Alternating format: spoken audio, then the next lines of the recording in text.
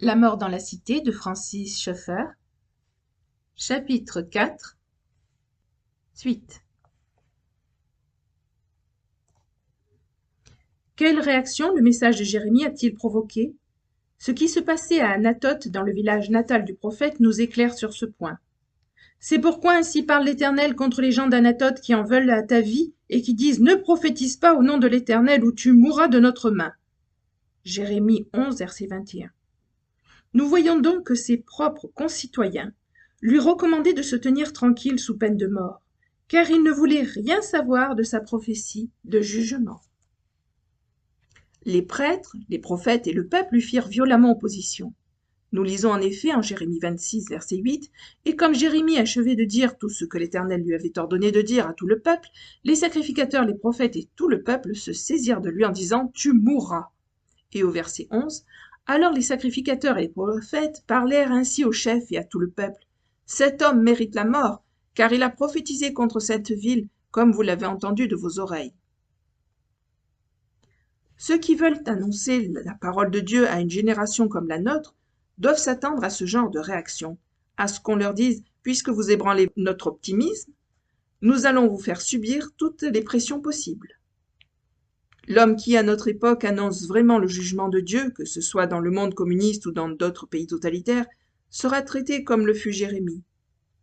Même en Occident, il affrontera des réactions semblables. On lui dira « Vous vous attaquez à notre culture et à son unité, vous êtes contre le progrès et l'optimisme de notre culture, nous allons contre-attaquer. » Si nous nous contentons de prêcher l'aspect positif du message, notre culture ne saurait nous faire grand mal, mais si par fidélité, que ce soit dans la société ou dans l'Église, nous prêchons aussi le jugement, nous subirons le même sort que Jérémie. De fait, les hommes n'ont pas changé, pas le moins du monde. C'est pure folie de penser que l'on puisse prêcher de nos jours la parole de Dieu sans payer le vrai prix de la croix de Christ, être personnellement rejeté par la société. Que l'on soit professeur, pasteur ou encore artiste, poète, musicien, réalisateur de films ou dramaturge chrétien, l'on ne peut, dans une culture comme la nôtre, proclamer fidèlement les vérités bibliques sans devenir la cible d'attaques semblables. C'est absolument exclu, quelle que soit la forme de notre témoignage, musique, prédication, littérature, peinture. S'imaginer que la proclamation du message chrétien puisse avoir lieu sans dresser contre nous le monde et le système compact de sa culture post-chrétienne, c'est ignorer la violence que revêt le combat aujourd'hui, très comparable à celle qui sévissait du temps de Jérémie.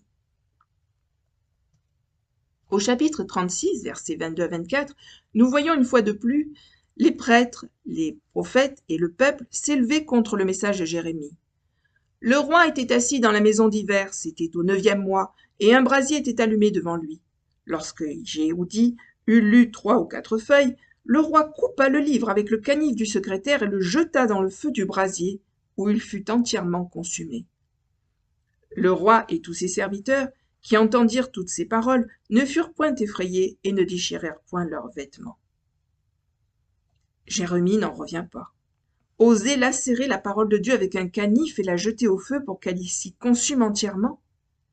Mais sa stupéfaction ne s'arrête pas là, car il ajoute « Le roi et tous ses serviteurs qui entendirent toutes ces paroles ne furent point effrayés et ne déchirèrent point leurs vêtements. » Cette attitude correspond tout à fait, hélas, à celle de nos contemporains. Peut-être ne brûle-t-on plus la Bible et l'Église catholique ne la met-elle plus à l'index comme autrefois. Pourtant, on la détruit par le biais de l'exégèse, par la façon dont on la traite. On la détruit en lui déniant son caractère d'œuvre littéraire normale, en faisant fi de l'exégèse historique et grammaticale, en altérant la définition qu'elle donne d'elle-même, à savoir qu'elle est une révélation propositionnelle s'insérant dans l'espace et le temps, donc dans l'histoire. Jérémie savait bien que la haine dont il était l'objet visait avant tout Dieu, l'aspirateur de son message. Ce même phénomène se produit de nos jours.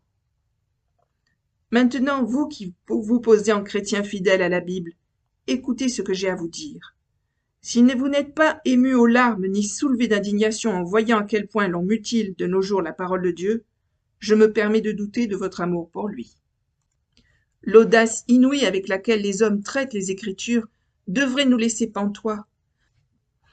Tout ce qui précède, rappelons-le, sert d'ample commentaire à Romains 1, versets 20 à 22. Ils sont donc inexcusables, puisqu'ayant connu Dieu, ils ne l'ont point glorifié comme Dieu, et ne lui ont point rendu grâce, mais ils se sont égarés dans leurs pensées, et leur cœur sans intelligence a été plongé dans les ténèbres. Se vantant d'être sages, ils sont devenus fous. À ceux qui avaient jeté la parole de Dieu au feu, Jérémie a dit en substance, « Ne comprenez-vous pas ce qui va vous arriver? Vous serez déportés à Babylone, et Dieu vous jugera. » Si malgré notre profession de foi en l'Écriture, nous pouvons supporter sans une profonde souffrance et indignation que la parole de Dieu, des vérités précises qu'il a communiquées dans les formes habituelles du langage, soit malmenée comme elle l'est dans maintes églises, et sans avertir hautement quant aux terribles conséquences, je me pose alors cette question. Notre amour pour Dieu, pour sa parole, est-il réel?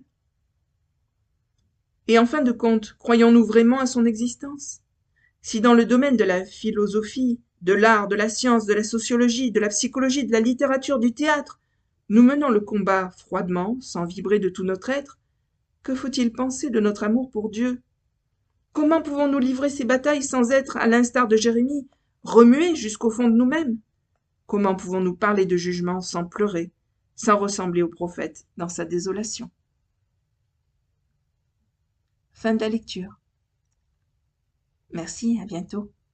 Au revoir.